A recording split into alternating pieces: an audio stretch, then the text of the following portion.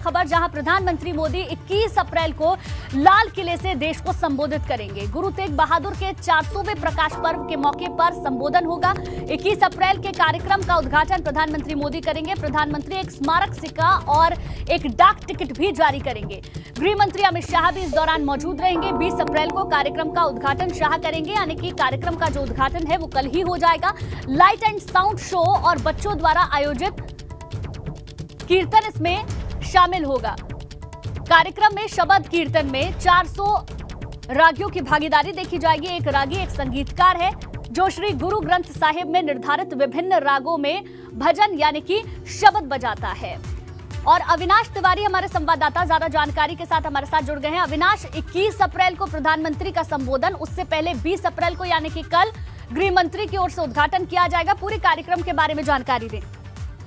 देखिए, अगर बात करें तो सिखों के नवे गुरु रहे हैं गुरु तेग बहादुर, उनके 400वें प्रकाश पर्व पर यह कार्यक्रम आयोजित हो रहा है। भारत सरकार के सांस्कृतिक मंत्रालय ये कार्यक्रम का आयोजन कर रहा है, जिसका उद्घाटन कल गृह मंत्री अमित शाह करेंगे और इसका समापन प्रधानमंत्री नरेंद्र मोदी करेंगे। जब 21 तारीख को समापन होगा तो उस वक्त प्रधानमंत्री लाल किले में पहुंचेंगे और वहां से न सिर्फ देश को संबोधित करेंगे बल्कि गुरु तेग बहादुर के सम्मान में एक अगर बात करें तो स्मारक सिक्का भी जारी करेंगे और डाक टिकट भी जारी करेंगे। ये लाइट एंड साउंड का कार्यक्रम भी वहां पे रहेगा। ऐसा पहली बार इस तरीके से देखा जा रहा है, कितने बड़े भव्य आयोजन किया जा रहा है, वो भी लाल किला परिसर के अंदर। और प्रधानमंत्री भी अगर देखें तो अमूमन आजादी का जो पर्व होता है यानी कि 15 अगस्त जब मनाया जाता है तब लाल किला वो पहुंचते हैं और वहां से देश को संबोधित करते हैं। लेकिन अब वो अगर बात करें तो प्रधानमंत्री नरेंद्र मोदी सिखों के नवे गुरु तेग बहादुर के 400वें प्रकाश पर्व पर लाल किला पहुंच रहे हैं और वहां से देश को संबोधित करेंगे। गुरु तेग बहादुर के बलिदान को, गुरु तेग बहादुर के सामाजिक कार्य को लोगों को बताएंगे, उनके कार्यों की सराहना करेंगे और जिस तरीके से उन्होंने सेवा भाव से तमाम सारे कार्य किए हैं उससे जनता के बीच में संदेश देंगे कि जनता भी इसी तरीके से सेवा भाव के साथ कार्य करे। ये एक बड़ा कार्यक्रम कर रहा है सांस्कृतिक मंत्रालय भारत सरकार का और प्रधानमंत्री खुद इस पे पहुंचकर अब लोगों को संबोधित करेंगे। ठीक है अविनाश, बहुत बहुत शुक्रिया आपका जानकारी के लिए। और चलिए आगे बढ़ते हैं लखनऊ से बड़ी खबर, जहां अखिलेश सरकार में लखनऊ की एसएसपी रही मंजिल सैनी की मुश्किलें बढ़ सकती हैं। बड़ी जानकारी आपको दे दें, श्रवण साहू हत्याकांड की जांच कर रही सीबीआई ने उन्हें लापरवाही का दोषी माना है और राज्य सरकार से कार्रवाई करने की सिफारिश की है। सैनी साल 2005 बैच की आईपीएस अधिकारी हैं। वो 18 मई 2016 से 27 अप्रैल 2017 तक लखनऊ की आईपीएस रही थी। वर्तमान में केंद्रीय प्रतिनियुक्ति पर राष्ट्रीय मानवाधिकार आयोग में डीआईजी के पद पर तैनात हैं। लखनऊ के आदतगंज थाना क्षेत्र निवासी श्रवण साहू की हत्या 1 फरवरी 2017 को उनके घर के सामने गोली मारकर कर दी गई थी। बहरहाल ये बड़ी जानकारी आपको दे दें कि मुश्किल अखिलेश सरकार में लखनऊ के एसएसपी रही मंजिल सैनी की बढ़ सकती है। अनुभव हमारे संवाददाता ज्यादा जानकारी के साथ जुड़ गए। अनुभव, क्या जानकारी? देखिए, बिल्कुल ये श्रवण साहू हत्याकांड हुआ था 2017 में, 1 फरवरी वो तारीख थी और तब उत्तर प्रदेश में चुनाव चल रहे थे और बीजेपी ने इसे इतना बड़ा मुद्दा बनाया था। आप ये सोचिए कि बीजेपी के बड़े नेता हम कहें तो वो श्रवण साहू के घर तक गए थे और वहाँ पर जाकर उन्होंने बहुत सारी बातें कही थी। उसी मामले की जब सीबीआई जांच हुई है तो मंजिल सैनी जो उस वक्त एसएसपी थी लखनऊ में, वो भी कहीं ना कहीं काम में लापरवाही की दोषी अब सीबीआई ने उनको पाया है और ये सिफारिश की है राज्य सरकार से कि उनके खिलाफ कार्रवाई की जाए। दरअसल श्रवण साहू के बेटे की हत्या 2013 में हुई थी और तब श्रवण साहू उसके बाद से लगातार अपने बेटे को इंसाफ दिलाने के लिए लड़ रहे थे। इसी से जो हत्या आरोपी थे वो इसी से नाराज थे और उन्होंने दिन दहाड़े अगर हम कहें तो ये हत्या की थी। श्रवण साहू दुकान में बैठे थे और तभी गोलियों से उनकी हत्या कर दी थी। उसके पहले ही श्रवण साहू तमाम अफसरों से मिले थे, चाहे वो एसपी हों, डीआईजी हों, हर अफसर से मिले थे। एसएसपी मंजिल सैनी से जाकर कई बार गुहार लगाई थी कि उनको सुरक्षा दी जाए, उनकी जान को खतरा है, पर सुरक्षा उनको मिल नहीं पाई और उनकी जान चली गई। जब इस पूरे मामले की सीबीआई ने जांच की तो अपने तरीके से उन्होंने इस मामले में देखा कि कहीं ना कहीं लापरवाही है, काम में लापरवाही है और इसीलिए अब जांच की सिफारिश की है। इस पूरे मामले में 14 पुलिसकर्मी जो है वो भी जो हत्या करने वाले थे उनके साथ मिले हुए थे और जो जेल में बंद था हत्या आरोपी वो बाहर जब निकला तो उसने पुलिस वालों के साथ मिलकर साजिश की। इसीलिए 3 पुलिसकर्मियों को देखने वाली बात होगी आगे किस तरीके से जांच पड़ताल बढ़ती है। बने रहिए अनुभव, आप हमारे साथ, आगे भी आपसे जानकारी लेंगे।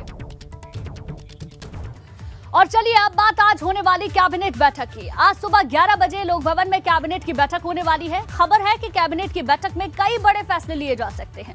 बताया जा रहा है सरकार गठन के बाद ये कैबिनेट बैठक काफी अहम है। लोक संकल्प पत्र में जो वादे किए गए थे उनमें अभी तक सिर्फ एक को ही मंजूरी मिली है। इसके अलावा सीएम के सामने बड़े मंत्रालयों के प्रेजेंटेशन हुए हैं, जिसको ध्यान में रखते हुए इस कैबिनेट बैठक में कई बड़े और अहम फैसले लिए जा सकते हैं। आज कैबिनेट की बैठक होनी है, सुबह 11 बजे लोक भवन में कैबिनेट की बैठक होगी। कई मायनों में यह बैठक बेहद महत्वपूर्ण है। तो आज जो योगी सरकार की कैबिनेट बैठक होने वाली है उसमें कई फैसलों पर मोहर लग सकती है। आपको बता दें, हालांकि वो फैसले कौन कौन से होंगे जिस पर मोहर लग सकती है उसका एक आंकलन हम आपको बताते हैं। किसानों को सिंचाई के लिए बिजली मुफ्त देने का प्रस्ताव हो सकता है जिस पर मोहर लग जाए। इसके अलावा पशु अभयारण्य नीति के प्रस्ताव को भी मंजूरी मिल सकती है। 60 साल से ऊपर की महिलाओं को बस में मुफ्त यात्रा का प्रस्ताव भी संभव है। लोक संकल्प पत्र में इसका वादा किया गया था। इसके अलावा पूर्वांचल एक्सप्रेसवे पर टोल टैक्स की दरों को निर्धारित करने पर भी आज कैबिनेट की बैठक में मोहर लग सकती है। इसके अलावा नई तबादला नीति आज की बैठक में मंजूर हो सकती है, ये एक बड़ा फैसला लिया जा सकता है। इसके अलावा आगरा, मथुरा, प्रयागराज में हेलीकॉप्टर सेवा के लिए हेलीपोर्ट का निर्माण पीपीपी मॉडल के तहत होना संभव है। अगली जो मोहर लग सकती है, जो बड़ी योजना है, प्रदेश प्रयोगशाला तकनीशियन सेवा नियमावली 2022 को मंजूरी मिलना आज की कैबिनेट में संभव है। इसके अलावा लखनऊ में रमाबाई अंबेडकर स्थल के सामने बने पक्के हेलीपैड और उससे जुड़े अन्य सुविधाओं को पर्यटन विभाग को सौंपा जाए। ये तमाम वो बड़ी बातें हैं जो आज की बैठक में चर्चा का विषय रह सकती है, इन पर चर्चा हो सकती है और कई सारे विषयों पर मोहर भी लग सकती है। अनुभव हमारे संवाददाता ज्यादा जानकारी के साथ लाइव हमारे साथ जुड़ गए। अनुभव, आज कैबिनेट की बैठक होनी है 11 बजे। बैठक कई मायनों में महत्वपूर्ण है क्योंकि कई प्रेजेंटेशन पहले दिखाए गए हैं अलग अलग विभागों की ओर से, उनको भी ध्यान में रखा जाएगा और लोक संकल्प पत्र के आधार पर भी अब कई सारे फैसले ऐसे हो सकते हैं जिस पर मोहर लगे। देखिए, आज कैबिनेट की महत्वपूर्ण बैठक है। हम बार बार कह रहे हैं ये महत्वपूर्ण बैठक है। क्यों महत्वपूर्ण बैठक है? क्योंकि इससे पहले जो बैठक हुई थी मंत्रिपरिषद की थी, उसमें सिर्फ एक फैसला ये लिया था कि जो राशन वितरण योजना है उसको 3 महीने और बढ़ाया था। पर आज जो ये कैबिनेट बैठक हो रही है ये एनेक्सी में हो रही है। एक तो लंबे समय बाद हम कहें तो एनेक्सी में ये कैबिनेट बैठक होने वाली है। योगी वन में कुछ कैबिनेट बैठकें जरूर एनेक्सी में हुई, उसके बाद सारी जो कैबिनेट बैठकें वो लोक भवन में होती थी, पर इस बार ये एनेक्सी में हो रही है। और साथ ही साथ जो लोक संकल्प कल्याण पत्र बीजेपी का चुनाव में जारी हुआ था उसमें जो वादे किए हैं अब उनको पूरा करना है और इसीलिए उसके लिए कैबिनेट में प्रस्ताव लाना पड़ेगा। तो आज जिन महत्वपूर्ण बिंदुओं को अगर हम कहें मंजूरी मिल सकती है उसमें एक तो यही है कि जिस तरीके से छुट्टा जो जानवर हैं, जो पशु हैं, उनको लेकर बातें कही गई थी, तो अब एक पशु अभ्यारण्य की बात की जा रही है कि हर जिले में पशु अभ्यारण्य बनाया जाएगा। उससे जो जुड़ा प्रस्ताव है हो सकता है कि उसको आज कैबिनेट की मंजूरी मिल जाए। दूसरा, जिस तरीके से 60 वर्ष से अधिक उम्र की जो महिलाएं हैं उनको कहा था अपने लोक संकल्प पत्र में कि उनको बसों में फ्री यात्रा करने को मिलेगी, यानी कोई पैसा नहीं देना पड़ेगा। तो हो सकता है कि इससे जुड़ा जो परिवहन विभाग का प्रस्ताव है वो भी आज कैबिनेट में लाया जा सकता है, उसको भी मंजूरी मिल सकती है। साथ ही साथ एक बड़ी घोषणा की थी, क्या किसानों को सिंचाई के लिए बिजली मुफ्त मिलेगी, यानी उसके लिए कोई ये नहीं है कि कितनी यूनिट, जितनी भी वो इस्तेमाल करेंगे वो सब मुफ्त रहेगी। तो वो भी एक प्रस्ताव आज कैबिनेट में लाया जा सकता है। इसके अलावा आपने कहा कि जो तकनीशियन प्रयोगशाला नियमावली है वो तो नियम होते हैं, उनमें थोड़ा संशोधन होता है, लेकिन उसमें महत्वपूर्ण ये है कि जैसे आप लखनऊ में देखिए रमाबाई अंबेडकर मैदान, उसके सामने एक हेलीपैड है, कुछ अन्य चीज़ें हैं, फैसिलिटीज़, तो वो अब हो सकता है कि आज जो है वो पर्यटन विभाग को सौंप दिया जाए। इसके अलावा 3 जो ज़िले हैं वहाँ पर कहा जा रहा है कि हेलीपोर्ट बनाना है, तो ताकि हेलीपैड बन सके और वहाँ पर हवाई सुविधाएं शुरू हो सके। प्रयागराज भी उसमें शामिल है, मथुरा भी शामिल है। तो उसके लिए पीपीपी मॉडल के तहत कि कैसे कार्यदायी संस्था आएगी, कैसे काम होगा, कैसे निर्माण होगा, इसकी क्या नियमावली होगी, इस पर भी मंजूरी मिल सकती है। एक जो पूर्वांचल एक्सप्रेसवे है उस पर टोल की क्या दरें होंगी, उस किस रेट पर होगा, ये जो प्रस्ताव है इसको भी मंजूरी मिल सकती है। तो हम बार बार कह रहे हैं ये महत्वपूर्ण कैबिनेट बैठक है आज। बिल्कुल, बैठक बेहद महत्वपूर्ण है, कई फैसलों पर मोहर लग सकती है। अब इंतजार है 11 बजे होने वाली बैठक का। शुक्रिया अनुभव जानकारी के लिए आपका।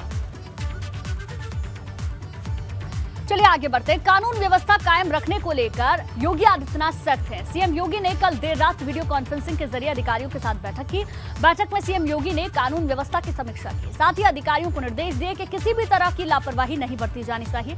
इस बैठक में सभी मंडलायुक्त, एडीजी, पुलिस कमिश्नर, आईजी और सभी जिलों के कई बड़े अधिकारी मौजूद रहे। बैठक में सीएम ने साफ कर दिया कि यूपी में धार्मिक आयोजनों में माइक का इस्तेमाल हो सकता है, लेकिन माइक की आवाज से किसी और को असुविधा ना हो और माइक से निकलने वाली आवाज आयोजन स्थल से बाहर ना जाए। इसके अलावा सीएम ने यह भी निर्देश दिए कि किसी नई जगह पर माइक या लाउडस्पीकर ना लगे।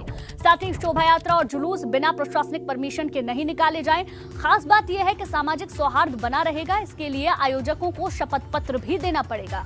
सबसे अहम पहलू इस बैठक का यह भी है कि सुरक्षा व्यवस्था को बनाए रखने के लिए सभी अफसरों की 4 मई तक छुट्टियां रद्द कर दी गई हैं। इस बैठक में सीएम योगी ने दिल्ली एनसीआर में बढ़ते कोरोना केस को लेकर भी चर्चा की और कोरोना के बढ़ते मामलों को रोकने के लिए तुरंत उपाय खोजने के अधिकारियों को निर्देश दिए। आपको बता दें कि इससे पहले दिल्ली एनसीआर से जुड़े सभी जिलों और लखनऊ में मास्क पहनना अनिवार्य किया जा चुका है।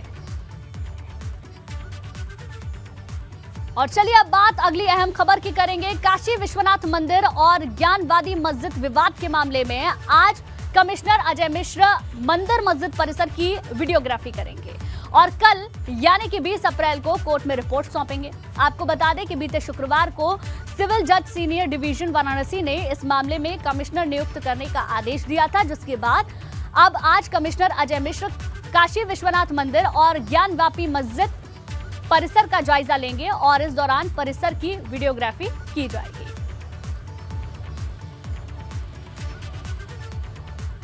तो आपको बता दें ज्ञानवापी पर फाइनल काउंटडाउन शुरू हो चुका है। मंदिर मस्जिद परिसर की वीडियोग्राफी की जाएगी।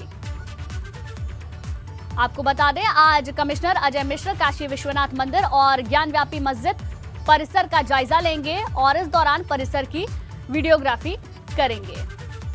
बीते शुक्रवार को सिविल जज सीनियर डिवीजन वाराणसी ने इस मामले में कमिश्नर नियुक्त करने का आदेश दिया था, जिसके बाद आज कमिश्नर अजय मिश्र काशी विश्वनाथ मंदिर और मस्जिद परिसर का जायजा भी लेंगे और वीडियोग्राफी भी वहां पर करेंगे।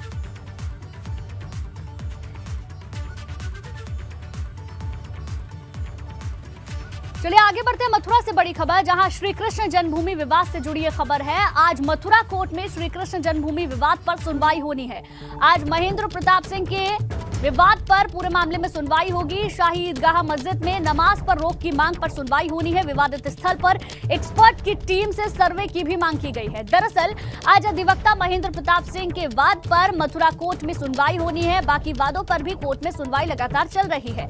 आज जिस पर सुनवाई होनी है उस याचिका में कहा गया है कि शाही ईदगाह मस्जिद में नमाज पर रोक लगे। साथ ही विवादित स्थल की जीपीआर रेडियोलॉजी सिस्टम से खुदाई की मांग की जा रही है। श्री कृष्ण जन्मभूमि की 13.37 एकड़ भूमि को मुक्त कराने की मांग लगातार की जा रही है। विवादित स्थल पर एक्सपर्ट की टीम बनाकर सर्वे की भी मांग की गई है।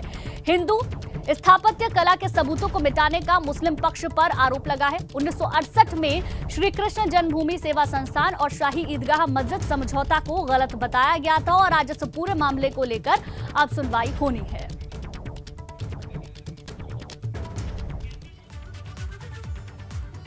चलिए आज की बात में वक्त एक छोटे से ब्रेक का है। ब्रेक के बाद लौटेंगे कुछ और खबरों के साथ।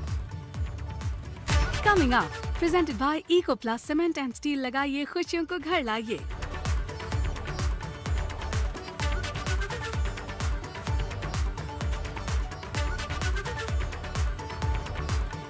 पाक सीमा पर शहीद हुए बरेली के लाल सौरभ राणा को आज अंतिम विदाई दी जाएगी। श्रीनगर के गुरेज सेक्टर में 9 राजपूत रेजिमेंट में तैनात बरेली के सौरभ राणा की आतंकियों से मुठभेड़ हो गई थी और क्रॉस फायरिंग में गोली लगने से सौरभ राणा शहीद हो गए।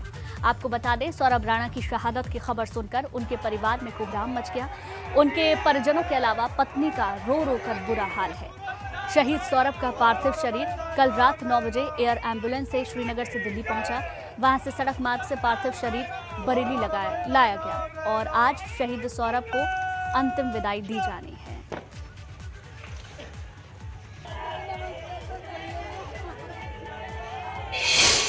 और बरेली से ज्यादा जानकारी के साथ हमारे संवाददाता अनूप मिश्रा हमारे साथ लाइव जुड़ गए हैं। अनूप, कितनी देर में अंतिम संस्कार होगा? कहां पर आप मौजूद हैं इस वक्त?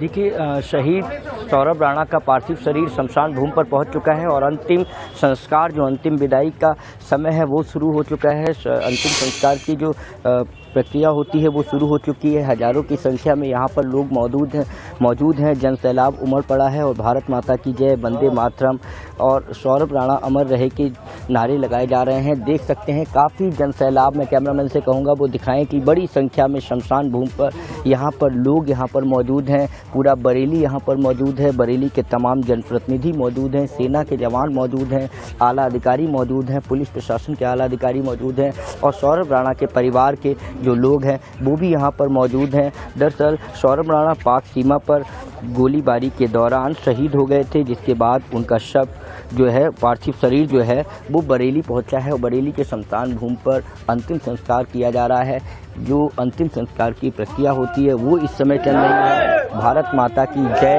आप देख सकते हैं, नारे लग रहे हैं, वंदे मातरम के नारे लग रहे हैं और लोगों में पाकिस्तान के प्रति ज़बरदस्त आक्रोश भी यहाँ पर देखने को मिल रहा है। फिलहाल काफ़ी गमगीन माहौल है। लोग एक तरफ गर्व महसूस कर रहे हैं तो दूसरी तरफ पाकिस्तान के प्रति लोगों में आक्रोश भी है। यहाँ पर जन सैलाब उमड़ा हुआ है और जो अंतिम संस्कार की प्रक्रिया होती है वो चल रही है। सौरभ राणा के बारे में मैं बताऊं तो 2014 में वो 9 राजपूत रेजिमेंट में भर्ती हुए थे और उसके बाद वो लगातार ड्यूटी कर रहे थे सीमा पे। उनके पिता खुद कैप्टन से सेवानिवृत्त हुए हैं और वो भी राजपूत रेजिमेंट में रहे हैं। उन्होंने बताया कि जिस जगह पे ये मुठभेड़ हुई है, जिस जगह पे आतंकियों से हमला हुआ है, वहाँ पर आमने सामने से फायरिंग होती है। क्रॉस फायरिंग के दौरान ही उनका बेटा शहीद हुआ है। काफ़ी खतरनाक स्थिति होती है और आखिरी बार उनकी रविवार को 12 बजे फ़ोन आया था। तब सौरभ ने ये कहा था कि अपनी पत्नी से कि अब मैं काफ़ी ऊंचाई पे जा रहा हूं तो 2-3 दिन तक बात नहीं हो पाएगी।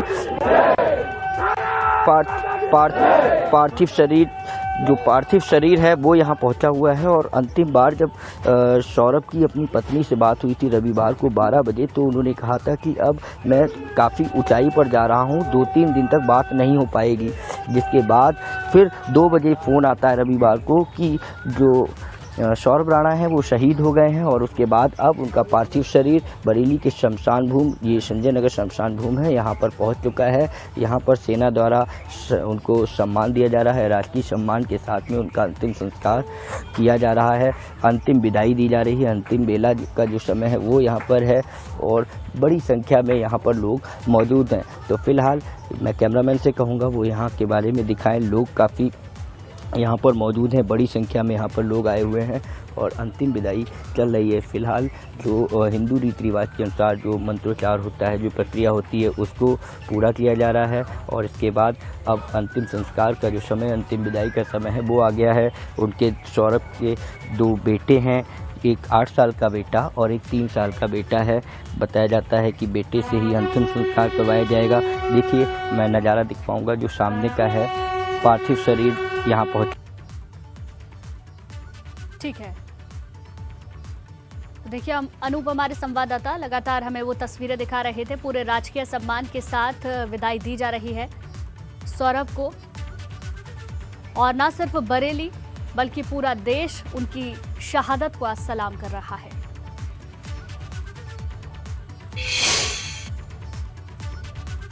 चलिए आगे बढ़ते हैं। बड़ी खबर, नोएडा में 35 बकायेदार बिल्डरों पर जल्द ही बड़ी कार्रवाई होगी। 35 बकायेदार बिल्डरों की 500 करोड़ की संपत्ति नीलाम होगी। प्रशासन ने संपत्ति नीलाम के लिए प्राधिकरण को लिस्ट भेज दी है।